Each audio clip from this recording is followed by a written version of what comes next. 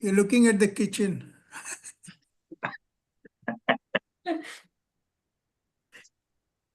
But if I turn around, you'll be looking at the lake. The only problem is the light is too much from the back. That's right. So it depends on what you want to look at. We want to look at you, Krishna. That's fine. So, thank you, thank you. I was wondering, I gave a choice A and B, and I was wondering what will he say. You didn't give the choice C. We chose C. Good, good.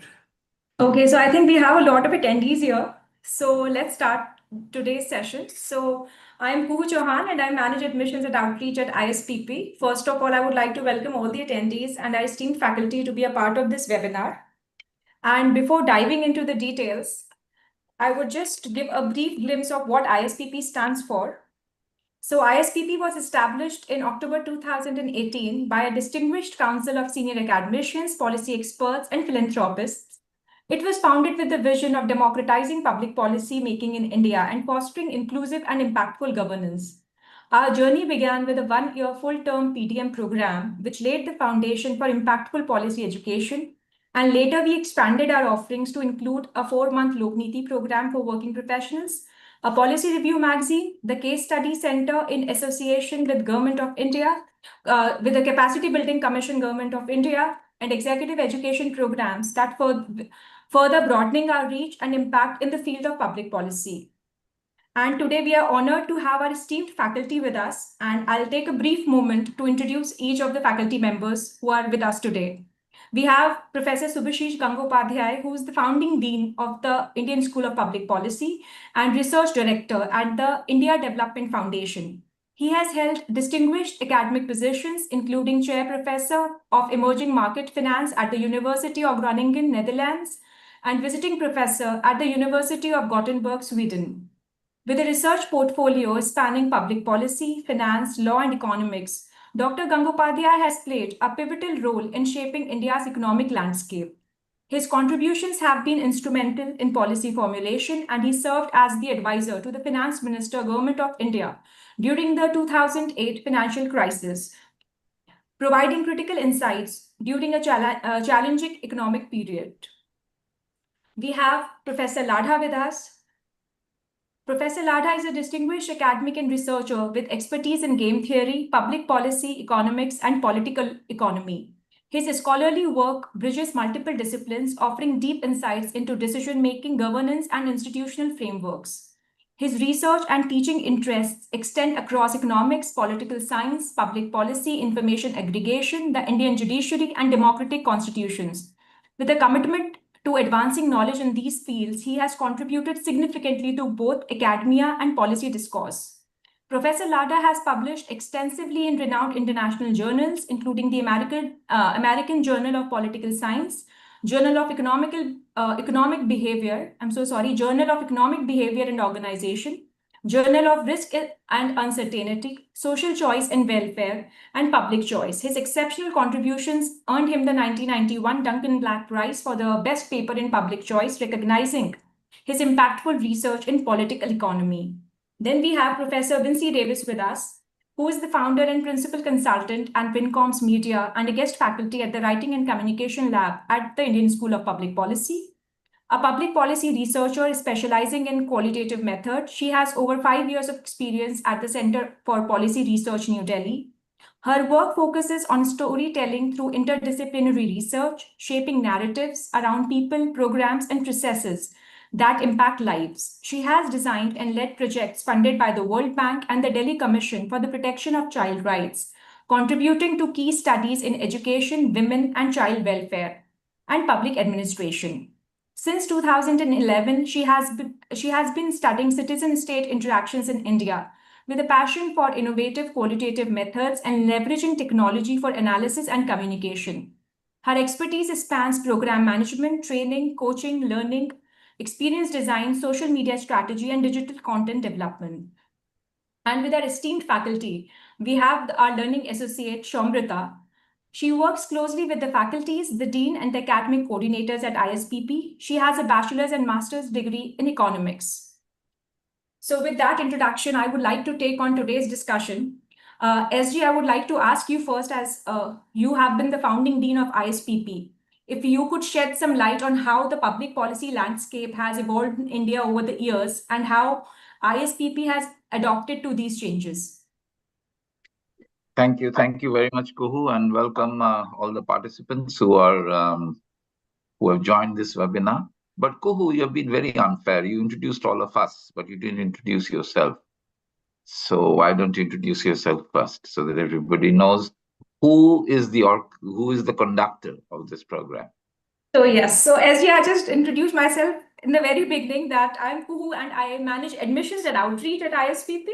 Having said that, I have a background in marketing. I've been into marketing communications and marketing strategies for the past 12 years, and now I've been associated with ISPP.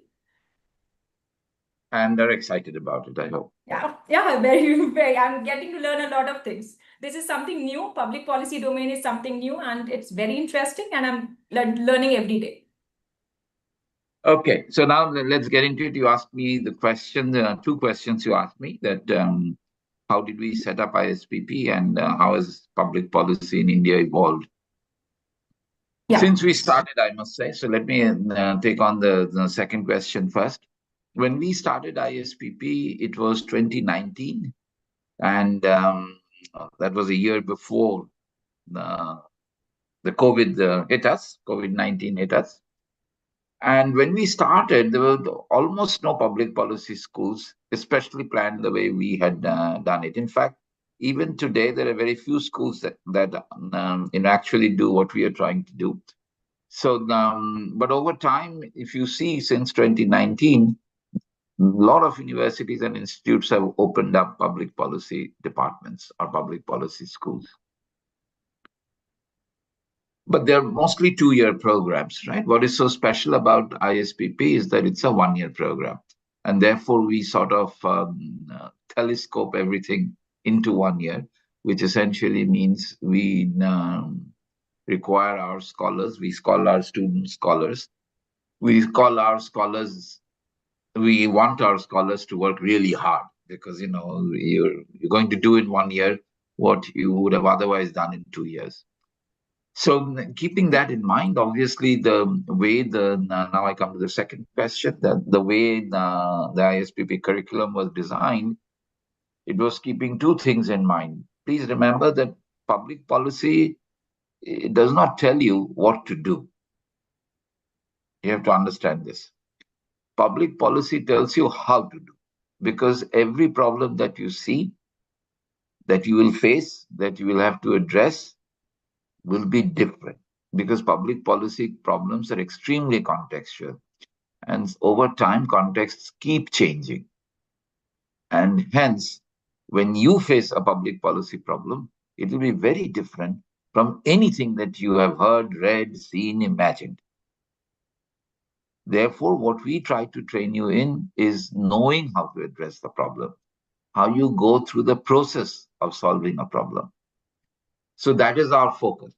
And given that is our focus, obviously, the curriculum is a mix of both abstract theory, because you have to imagine things, as well as experience from looking at ways and means that people have used to solve problems.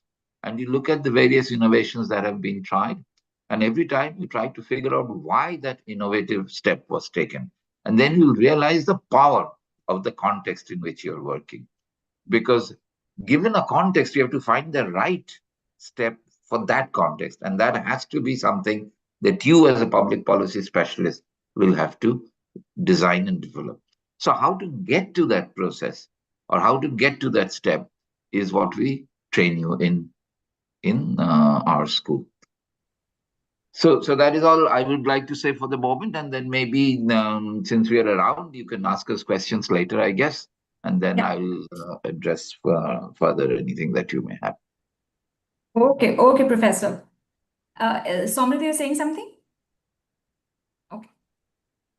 So next, I think building on what you have said, since Professor Lada has expertise in game theory, so I just wanted to highlight, because a lot of offer holders who have enrolled with us, and a lot of applicants, when they talk about the curriculum, they are intrigued about game theory. So, Professor Lada, if you can, if you can help us understand why, in what ways game theory helps in understanding decision making within public policy and governance. Oh, thank you very much. You already got a good lesson. You didn't speak about yourself, so somebody asked you. And one doesn't have to crow about one's accomplishments. Some others can do that for you. That's nice. It's a big lesson. Somebody should teach our politicians that. Any case, so let me give a brief intro about the basic assumption of economics. In economics, we assume people act in self-interest. And then we work through the consequences of it. Everybody acts in self-interest. Individuals act in self-interest. Firms act in self-interest. And if you extend this line of inquiry to politics, you would say politicians also act in self-interest. So the game theory is a branch of economics. And we retain this assumption that the players in a game act in self-interest. So one thing is, what is a game? So when consider two people, if they affect each other, that is, if what A does affects well-being of B, and what B does affects the well-being of A, then it's a game. And that's what we try to analyze in game theory. And as a matter of fact, if you think about it, we are affected by others and others affect us. So just about every situation is a game, almost. Now, in game theory, we explore, just as economics does, when people act in self-interest, what would be the outcome? The outcome can be in the collective interest. At the same time, the outcome, not at the same time, on the other hand, the outcome could be not in the collective interest. And so the question arises, what shall we do when the outcome is not in the collective interest? And that's where the public policy comes in. That's where the government comes in. That's where people have to work together to ensure that the actions they take are in collective action, although oftentimes they fail in ensuring that.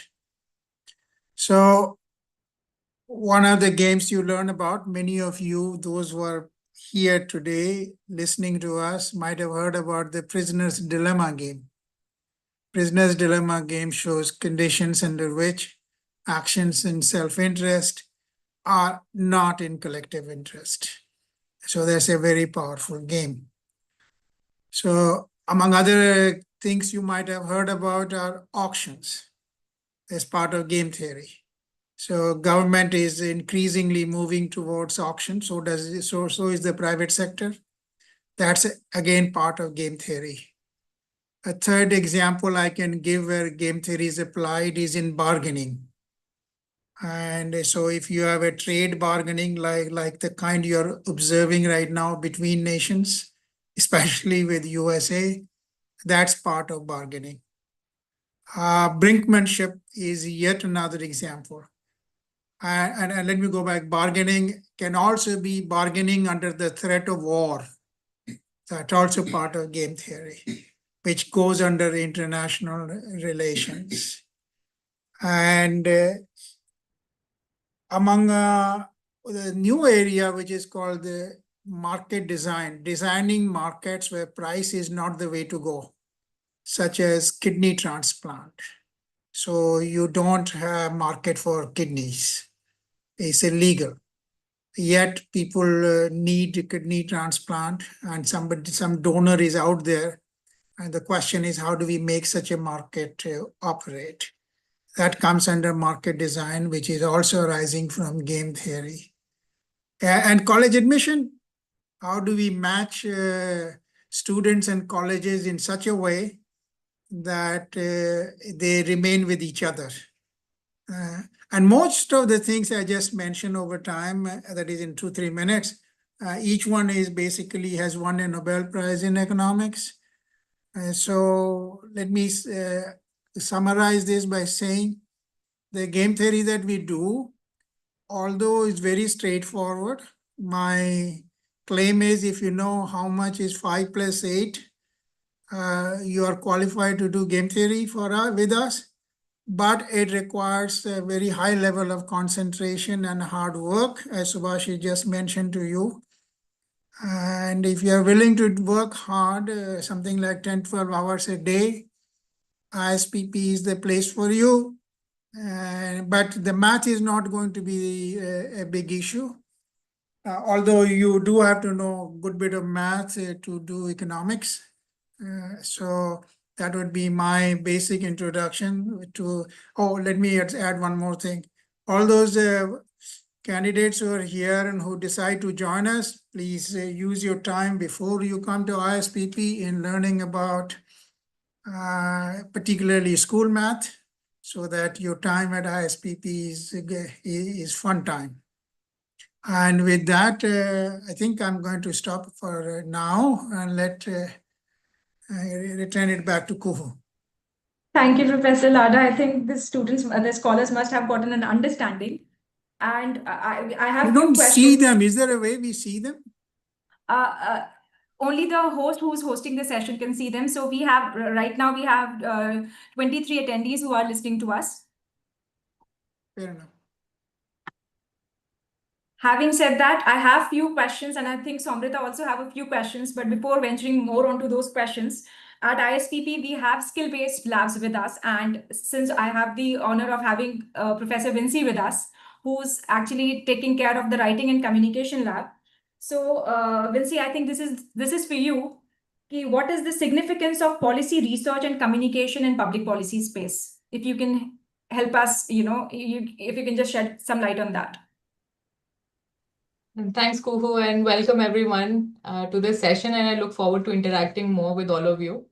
So Kuhu, the relationship between policy research and communication is very symbiotic, fundamentally. And I think this statement really sums it all up. Public policy is all about persuasion. Right? If you're trying to get your voice heard, your message heard across any of the public policy actors, you must understand there's a lot of noise in this space. There are a lot of people simultaneously talking over each other, at each other, trying to get their message across. So it is all about persuasion and making sure that your voice gets heard. The thing about persuasion is that it consists of 3 components. One is, as Aristotle puts it, one is ethos, which is your personal credibility. The other 2 very important ingredients are logos and pathos, the way he puts it. Logos is appeal to reason and pathos is appeal to emotion. So, which means logos, the appeal to reason comes from evidence. Right? If you're trying to get something heard or present to, say, a bureaucrat, you cannot come to a bureaucrat without evidence of what you're saying. But the thing is, if data moved people, we would be living in a very different world. Right? There's a reason why advertising works. It tends to appeal primarily to human emotions. So good persuasive communication, as we cover in ISPP, is all about understanding how to work with evidence. How do you package and present that evidence according to the stakeholder in front of you, while couching it in a language that is human, that is understandable, that is relatable. These are some of the things that we cover here. So that relationship is really symbiotic, it's complementary, they go hand in hand. And a bit of my, what I teach here, it really stems from my own career. So I have a long 10 plus year now career in doing both policy research as well as communicating. And most people might not know that I actually started my career as a researcher. So, but I do have a graduate degree in communications and journalism. So I have a good understanding of how those things work. But first and foremost, I am and have been a researcher. But it's only through my practical experience of working with different policy stakeholders, right? Like we would do the research, we would take our material to secretaries, to politicians, to civil society members, and we would talk to them like researchers. And it's through my work experience that I realized that, oh, I'm not getting through, even though I have done valuable work. So then I had to put my communicator's hat on and understand that when I'm speaking to a certain audience member, I should know which format works for them best, when to time it, how to present it. So this really went hand in hand. So the way we cover writing and communication at ISPP comes from practical experience, a good understanding of what kind of things are happening in this space right now, and a sound understanding of what works for different stakeholders, coupled with, of course, the tools and techniques that help you become good communicators that are universal across sectors. So what you learn here, of course, applies to all other sectors as well. But what we bring to the table is good understanding of how the public policy works alongside it.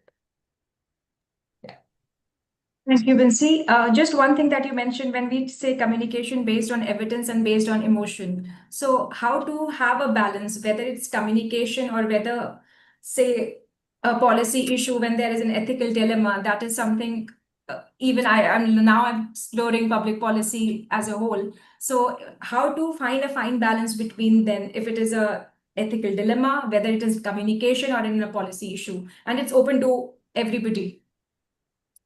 See, what I would say to that is first and foremost, even before getting to the communication aspect, you need to be very clear about your principles and your fundamentals of what you're talking about. Right? Whichever subject you have picked, you should have done plenty of research, which means reading, a lot of reading, right? Reading and processing and being able to articulate what you're reading and understanding in your own words, your ability to analyze what is emerging, right?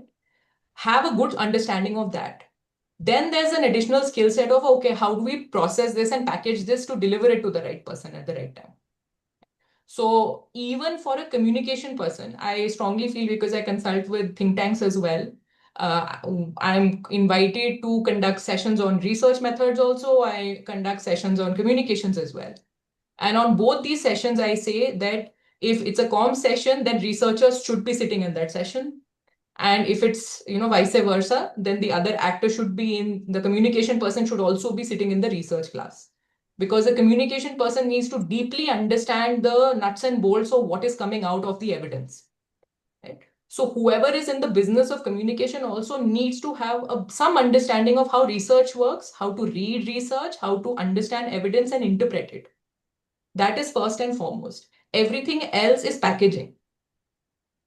So yeah. So the understanding of, okay, what to use, when to use it, when to deploy it, which format, that is a second set of skills that we cover. But through the entirety of the course at ISPP, you will learn how to read deeply, how to understand evidence, how to engage with it, interpret it. These are skills that span across all courses. Over to you. Thank you, Vincy. SG, do you have to, would you like to add on to it or have anything to, contribute to that? No, that's fine. I have nothing to add. I'll wait for the questions that are asked of me, because you should never ask an economist to talk too much. They'll never stop. We would love to hear as much as you have to say.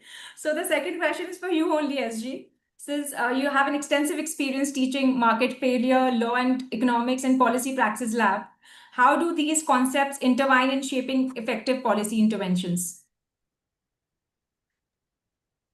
Okay, you see that, as I said, the important thing in the training to have a career or practice public policy making is to understand the context and to remember that you don't make public policy because you want to. You don't make public policy because you feel it is right. You make public policy because you have carefully weighed out and you have convinced yourself that unless you do what you're doing, you're not going to get everybody to be better off. Okay, now this is important to understand that people are resourceful. We build a society where individual is royalty, right? So you don't want to interfere with what an individual is doing, especially if that individual is not harming anybody. And as Krishna said at the very beginning, that people are self-motivated, right? They want to do things for themselves, and they're resourceful. And they have the intelligence, they have the ability to figure out what is best for them. So one of the things we teach when we teach economics is this understanding that, we economists believe that everybody is rational. Now, what does that mean? Most people think that means we believe that people are very smart. In fact, that is true, but we believe it in a slightly different way. The way we look at it is that since everybody is rational, if I can figure out that what you're doing is not right and you need to behave differently, it must be because I'm missing something. Because if I can figure out what is good for you, why can't you figure out what is good for you? Because you're as smart as I am, right? You're rational too. And therefore, when we do public policy, it is because it is, and that's where the training and expertise in economics and understanding what economics does and what game theory does that Krishna was talking about comes in, is that when people are acting by themselves, they're ending up with a solution for everybody, which is worse than if they could coordinate their actions. Think of somebody who is playing tennis in singles, right? That person can, work very hard, do all the things, practice, get a good trainer and a coach, like Virat Kohli, take all the right diets and all of that, right? Train oneself to play tennis and do very well. But now imagine somebody is playing doubles, right? Then it is not only what you're training, it also matters what your partner is training in, right? What is your partner's best game? Do you complement your partner's best game or do you substitute your partner's best game, right? All of these things then come to the fore, and then you need a trainer and a coach who is going to coordinate their actions, train them in such a way that one always complements the other in the game. And that's what makes them win. Both are better off because they both win. And that's the reason why you'll find that most of the time, two great singles players never make great doubles players. Right? Never make a doubles team, rather. This is what we make you understand, that is where you intervene. That is what public policy is, right? And that is what we keep teaching in market failure. That the market fails means what? It means that when people are trying to, achieve their objectives, their self-driven objectives, they end up with an aggregated outcome, which is not the best that everybody could get. To give you a very simple example, the crassest example, people want to go from place A to place B, and you are supposed going in a car. Now, if everybody does not drive on the left side of the road, then nobody will go anywhere. If everybody tries to go wherever they want to go by themselves, there will be a complete gridlock on the streets. How do we solve that problem? We solve that problem by coordinating everybody's actions and saying that those who are going in a particular direction, they keep to the left of the road. Okay? So everybody going in that direction keeps to one side. People going in the opposite direction keeps to the other side. And so both sides move. Right? So in public policy, these are the types of things we're looking for. We don't say drive on the left side of the road because some smart guy thought, great idea, let's drive on the left side of the road. That's not the reason why it was done. And unless you understand that this is the essence of public policy would be bound to fail. Right? And that's why many of our policies fail, because we don't take the people for whom we are making public policy into account. We put ourselves and we think ourselves as that's a great idea, right?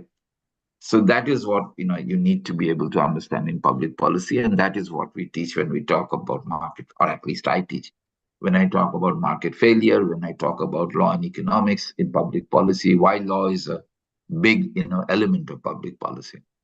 And while you're doing this, two things you have to keep in mind. One thing, and I'm sure Krishna will talk more about it, you have to keep in mind that my actions alone do not determine my payoffs.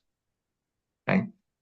My actions, along with what you're up to, determines my payoff. That's very fundamental in economic thinking. And in most of our common discussions that we have, We never take that into account. And that's why we economists look like strange people. What are they talking about? Nonsense, right? Because we never think that I am not completely the determining factor for my payoff, right?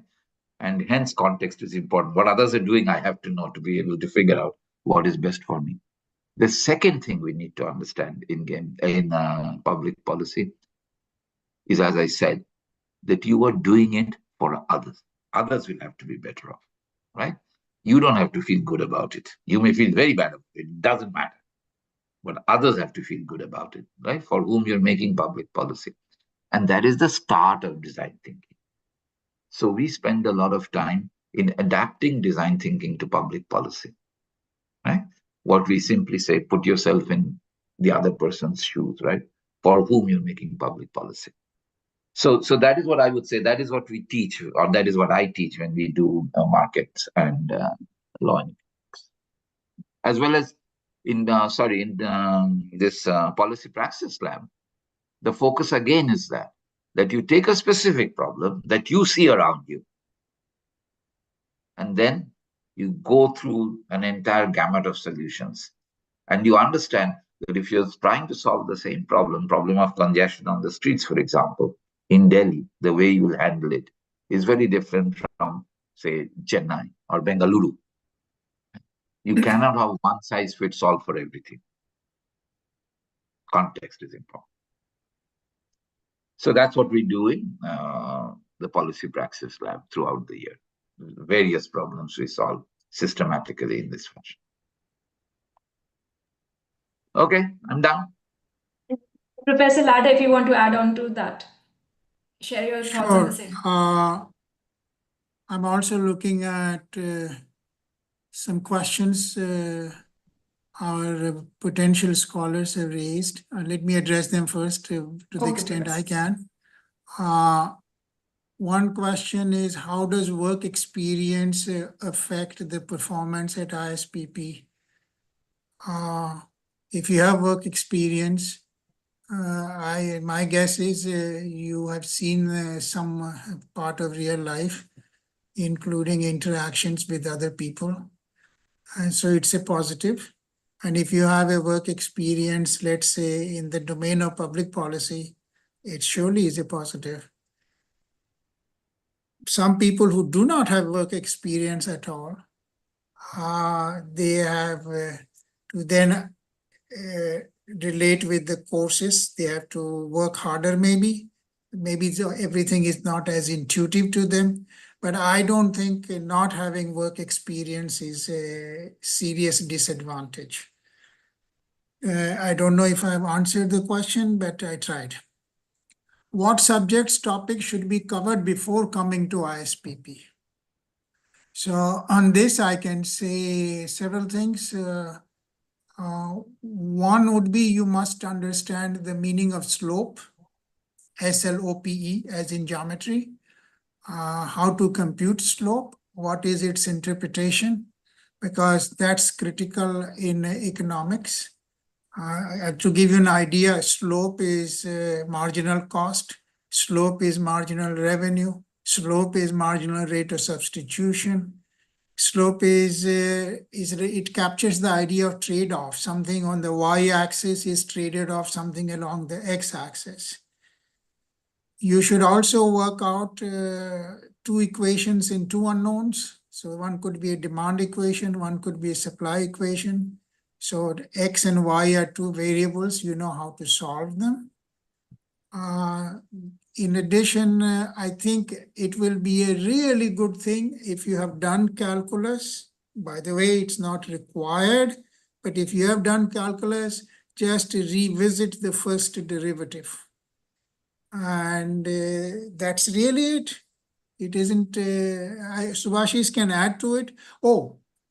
If you can get time to do statistics as much as you can, take any standard textbook and read it. It will be to your great advantage, both in doing work in economics and in public policy. Because ultimately the things are more data driven. They require data analysis. So it's a very good idea to have done as much statistics as you can. Plus, remember, on all the subjects I just mentioned to you, there are very good lectures available on YouTube. And please make YouTube your friend. I can mention there are great lectures available on microeconomics. There are wonderful lectures available on game theory. For game theory, you search for Game Theory 101, and you will find some 70, 80 lectures organized as if it's a textbook. Similarly, for microeconomics, you look at the website of what is called Marginal University. And at Marginal University, you will get some 80, 90 lectures organized as if it's a textbook on both microeconomics and macroeconomics and international trade. But certainly do microeconomics as much as you can. Again, whatever I'm saying is to make your life easier when you join ISPP. I've already answered Jayant and Sonal Soni. There is an anonymous attendee here. Hey, we are not going to report you to anybody, Professor. Extension of public policy in biotech sector, I'll leave that to maybe Subhashish and Vinci. To me, it seems is highly applicable. There are so many ethical questions as well there. Okay. Pradyum Shresht. He must be the anonymous guy. Okay. Shresht, you have a good name, I notice. And the biotech sector is a big sector. Obviously, one can have an advantage there. Yes. So let me go. Oh, there are more questions. Oh, Nandipati Sarat Chandra, just worried about math role in public policy. Nandipati, I can join you in your worries, but what to say, mathematics is to the level I told you, 5 plus 8 is 13, slope of a straight line, and then two equations in two unknowns. As statistics you have to do, there is a course at ISPP. And finally, if you know the first derivative. So that really we don't consider as a big math role. It's a minimum math we do so as to continue with the study of public policy. And you see, if you don't do the math part of it, you will be doing what Trump is doing. So I think somewhere some math was missing for him. I'm pretty sure. So we don't want Nandipati to that, but it's a very straightforward math we do. Okay. Having said that, let me go back to just. I'm a BCom honors graduate from Delhi University. Congratulations. I have a strong interest in research. What paths can this course open for me? I'm being good in econ and math. Very good. We want you. Anonymous guy, we really want you. But notice one thing for you is as far as the paths go, you get to learn economics deeper, we believe from us. And our emphasis is on independent thinking so that you are a person on your own. At the same time, you get to learn about whole range of fields. So economics and statistics, and there are 5 or 6 domains we have, which has to do with, I'll not list them, you must have seen them on the website. So that's opening up the horizon. And it's up to your interest as to what you do and read and develop. And maybe you will find your first love in terms of academic interest or life career interest. So I think ISPP offers that part. How does market research experience help in public policy? I think it helps a great deal. There are so many opinion polls, but there are people here who have done market research, and I'll let them speak to that. I'm going to do one thing. I want to illustrate one idea that Subhashish had offered a little while ago. Actually, here Subhashish had mentioned 2-3 concepts. So just want to make sure they are they can be illustrated with an example. Pretend for a moment that the level of pollution in Delhi is 1000. It's unbearable. The AQI is can sometimes cross even 500, which is very, very bad. And now what can we do about it? So suppose there is a political process, and I'll talk about that in a moment, which arrives at the decision that the level of pollution in Delhi should be not at the level of 1000, but it should be 1/10 of that, however units are defined here. So let's say they want 100, so that the AQI is also 1/10 of 500, which is more like 50. Not the best, but still very good. The second part is, how do we achieve it? So as a public policy scholar, and I can give you this task as a live assignment right now when you come to ISPP, maybe we can ask you this question. What do you suggest we do in order to bring down pollution in Delhi to 1/10 of the pollution that is out there today? And when you do this analysis, you have to keep in mind how will it affect different industries? How will it affect different groups of people? So you have to list various groups of people. Some are organized, some are not organized, and they are affected in different ways. Some are ill, some are having asthma problem. At the same time, remember, pollution is created because of economic activity. Pollution is also created by cars, and economic activity creates employment. Cars enable transportation. So you have to think through various groups, how they are affected. And so the goal is to arrive at 1/10 of the pollution at the least cost. And you may find there are 5 different ways you can do it. And so the question of public policy would be which method to use. And you are welcome to read Google, you are welcome to read textbooks, you can welcome to read whatever you want. You address this question. Now the first part of it, how did the politicians arrive at 1/10 of the pollution? The problem is they have not been able to do much about it because there are various interest groups. The politicians, in order to pass anything, have to have a majority in the parliament. And that majority is based on the support of people or various interest groups. And these interest groups have their profit at stake. So if you bring down the pollution to 1/10, various interest groups are affected by it. And these interest groups are powerful enough that they have not allowed the government of India to do something such that the pollution level in Delhi is at a level which is bearable. And so even politics of it, and we study here that politics in a course called Business and Government. So whatever I just told you would be 2-hour lecture in this course, Business and Government, and we can give it the following title, Economics and Politics of Environmental Pollution in Delhi, right? And so you see how many opportunities you have of doing research in this domain. So when Subhash, let's recall what he said. He said, what is to be done is decided in some method, which could be a political method. How it is to be attained, and that's where the public policy scholar would step in. And Subhash has also said about design thinking. So where you worry about different groups of people, who is affected in which way, before you make your recommendation.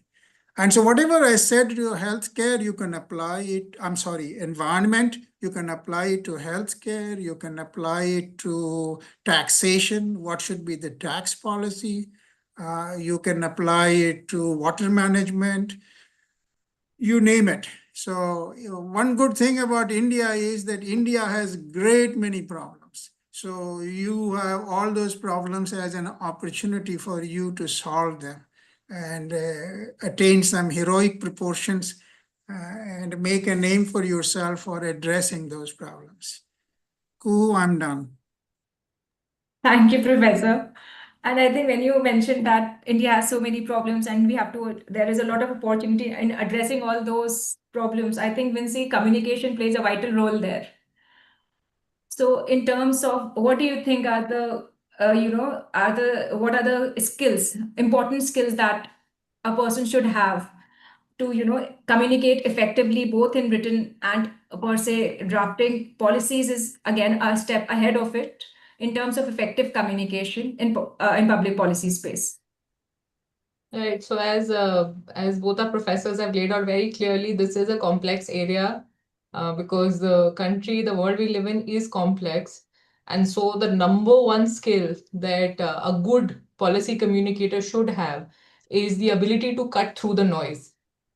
Because things are so mired in complex details, and most public policy problems are what we call wicked problems, which means there's no clear start or end point to a problem. Most public policy problems are layered. It's difficult to understand where they begin, and so there can never be a case where a single policy or a single program is going to cure a wicked problem such as, say, terrorism or poverty, right? So then the ability to sharply focus on a dimension that you are talking about or you're trying to cover, and then being able to write or speak or package, however, whichever format of communication you might choose, to clearly package it, to concisely package it and deliver it is the number one skill. Right? So cut through the noise, be clear and concise. That's the number one skill. The format comes later, but understanding how to be clear and concise and cutting through the noise comes first. That's the number one thing. Right? The other thing, like I mentioned, it is a noisy field with so many actors and stakeholders trying to have a say in shaping decisions. Your presentation, your public speaking skills should be compelling, absolutely compelling. Right? But the thing about good communication is also that it starts with good listening. So if I were to sum up the 4 key skills around communication, not even getting into formats, they have to be your ability to be clear and concise. It's about active listening, your ability to have good listening skills, public speaking and presentations. That's one. A step in, regardless of your roles, once you start working in this space, it also comes back to interpersonal skills and stakeholder management skills.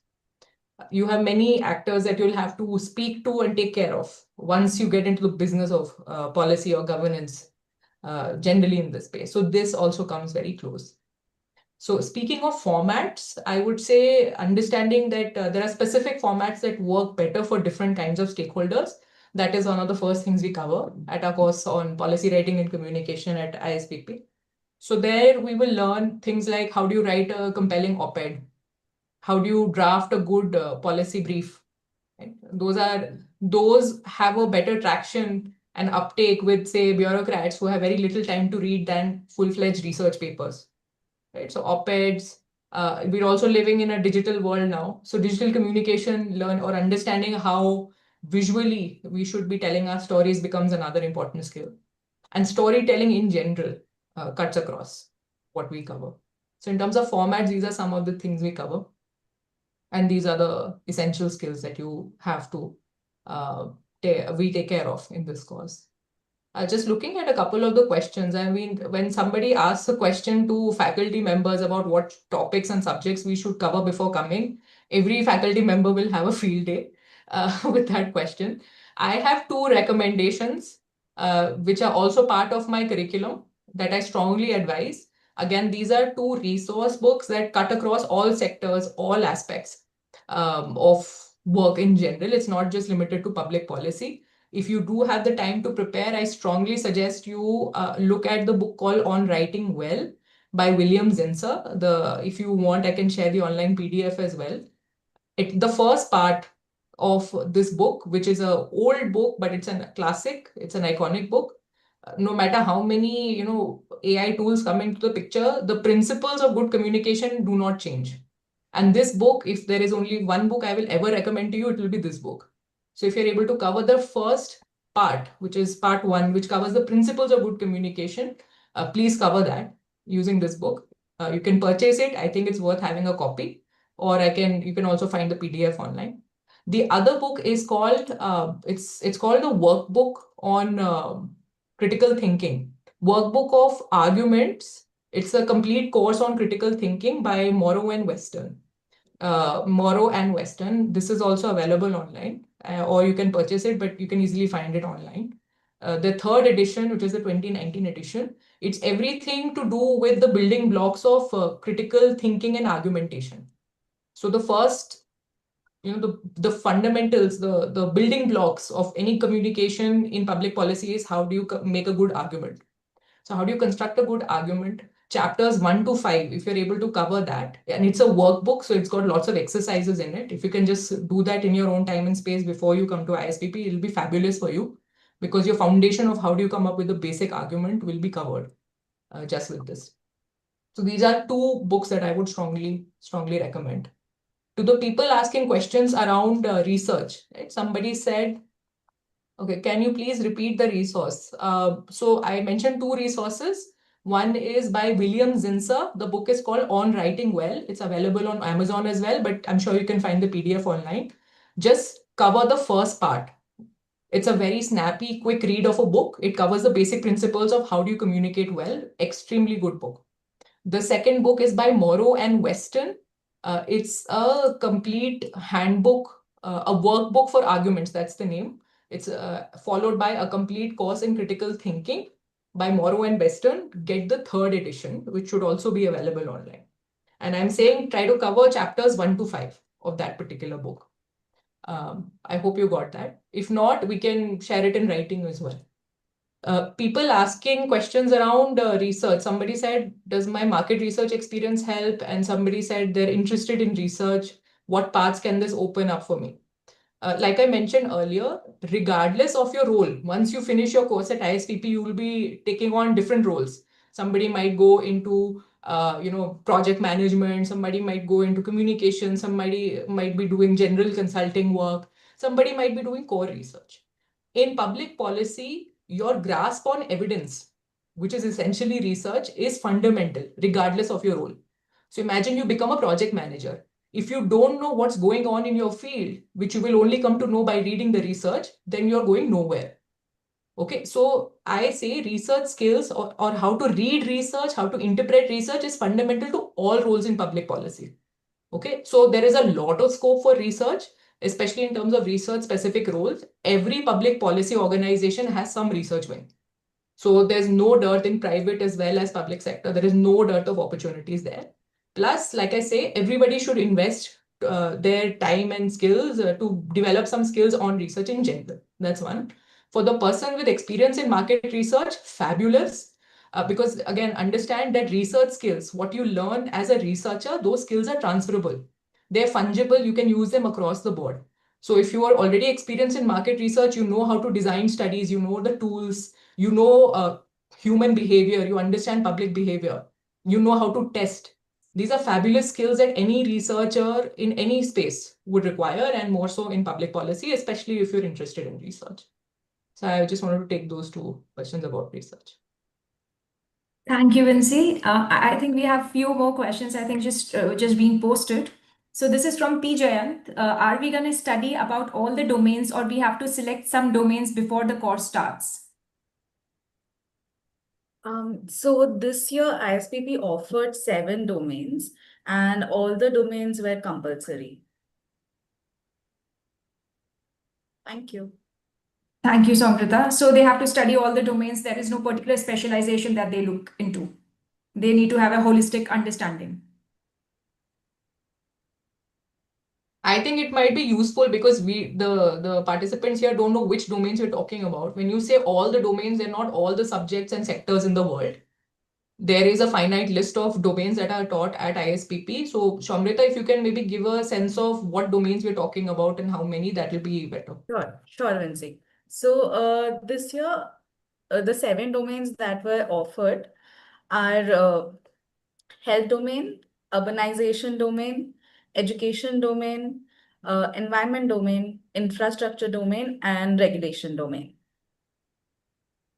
So these are the 7 domains that were offered.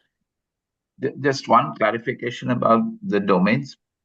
Please understand that each of these domains that Samrita talked about To become experts there, you need to spend about 7, 8, 10 years on them, right?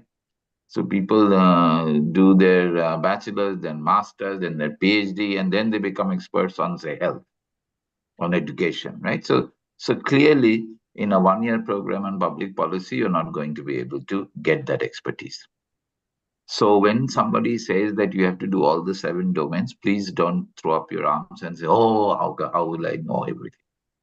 The real thing that is done in these domains is for you to get introduced to.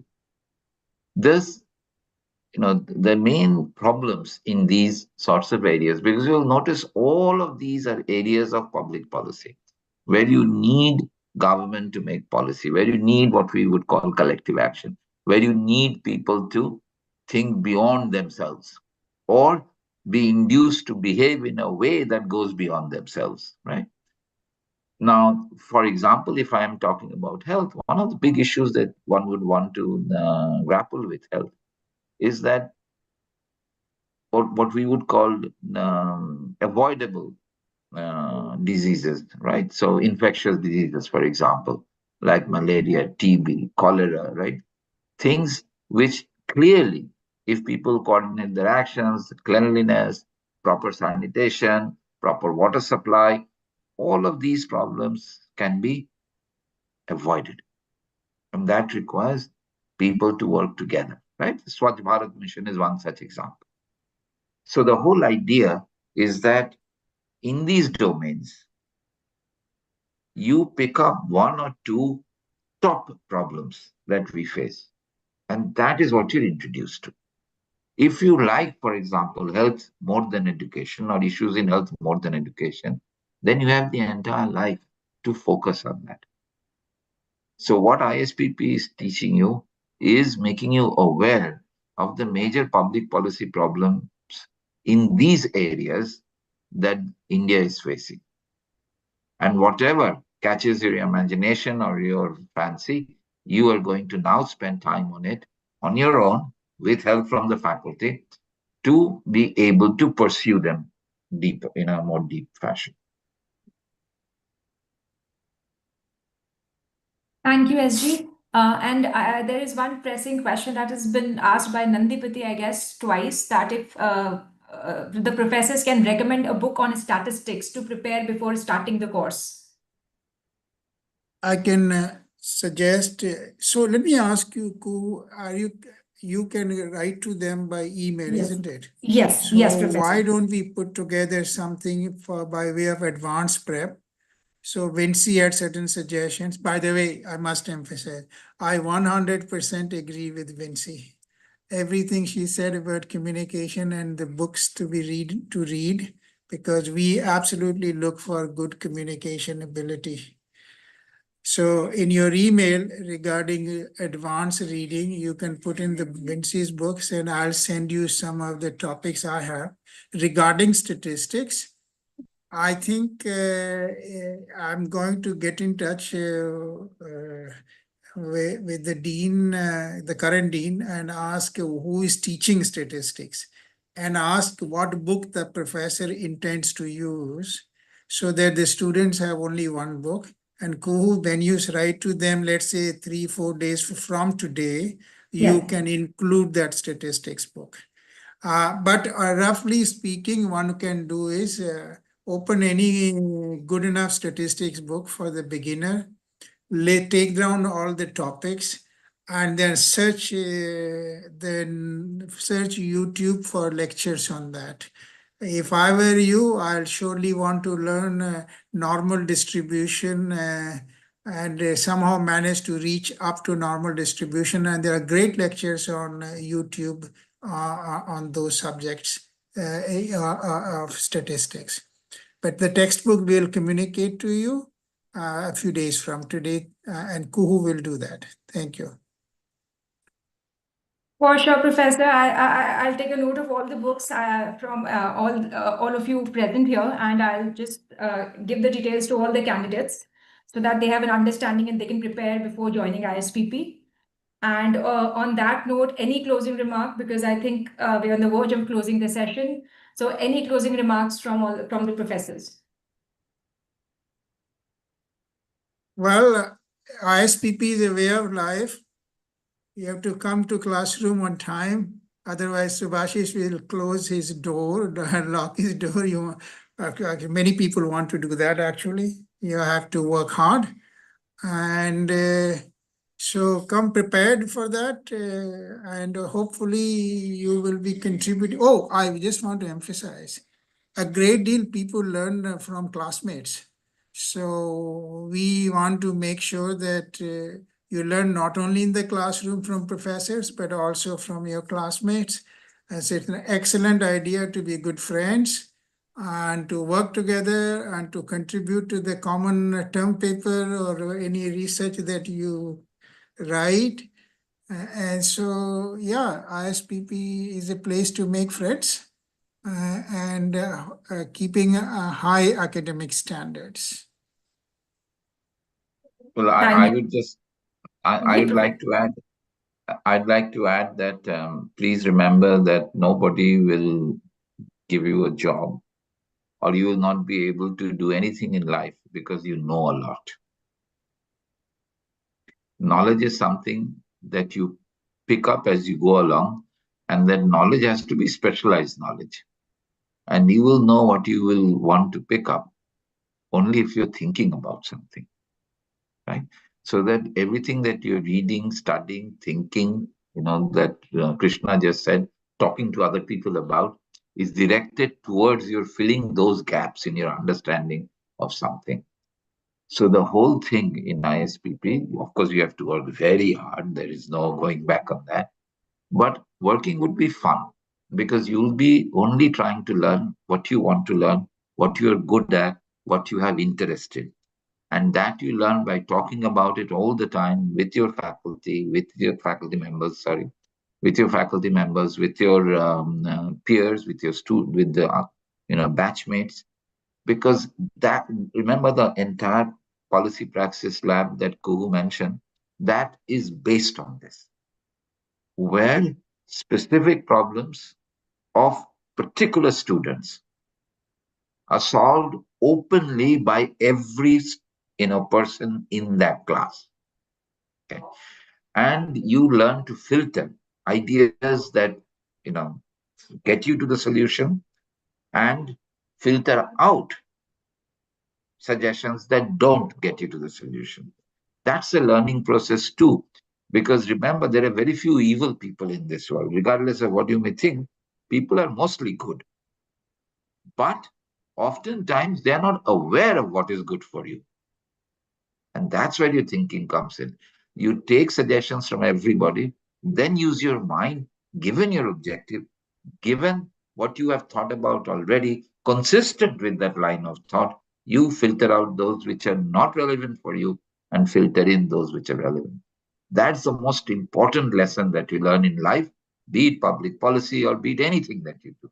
But in public policy, especially so. So therefore, please come in with an open mind and ready to interact with other people. Thank you, SG. Vinzi, over to you. Yes. Yeah, I just want to essentially synthesize what Professor Lada and SG have said. Professor Lada called it a way of life, and a great way to, espouse what that actually means is that we're going to make you into thinkers. So I like to say that good communication doesn't start with good writing or a nice slide deck. It starts with clear thought.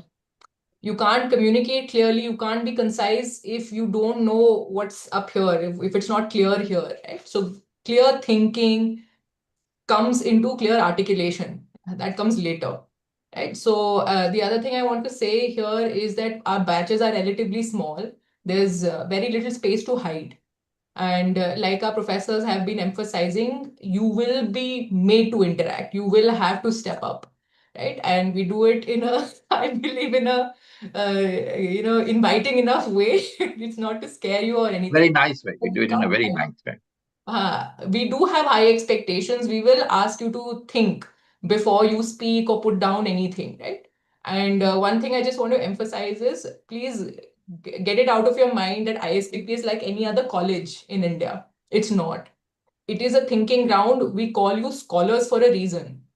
Right? We want you to read, we want you to be able to think and articulate and form your own opinion on things. We can debate you on it, but we want those original opinions, and that's what makes you relevant in the age of AI. As your writing and communication teacher, and I'm extremely mindful of what you put down and submit to me. Please understand, my eyes are now trained to recognize AI patterns. Right? So a lot of what I do now is reverting back to our old ways, which is I get you to write in class. And I have your writing, so you can't fool me when you submit your assignments and all of a sudden your language is flowery. So very little space to hide. Be honest. We want what you're bringing to the table in whichever form it is. Try to prepare in advance because it is a very short period of time. And a lot of people are hesitant or a little rusty with their writing. We will make you write a lot. We will make you speak a lot. So brush up on these skills. Very little space to hide. Okay. That's it from my end. There's With one, that, yeah. one please, question, maybe, what is a day in ISPP like? Maybe Somrita closest. Guys, I have to go off to another meeting, so no, you'll please excuse me. Okay. Thank you, See SG, you, for joining Subhasis. us. Bye. Because it's very early now. I'm not the end of the day where I am, so I have to go to another meeting. Okay, Okay, SG. bye. Thank you, SG.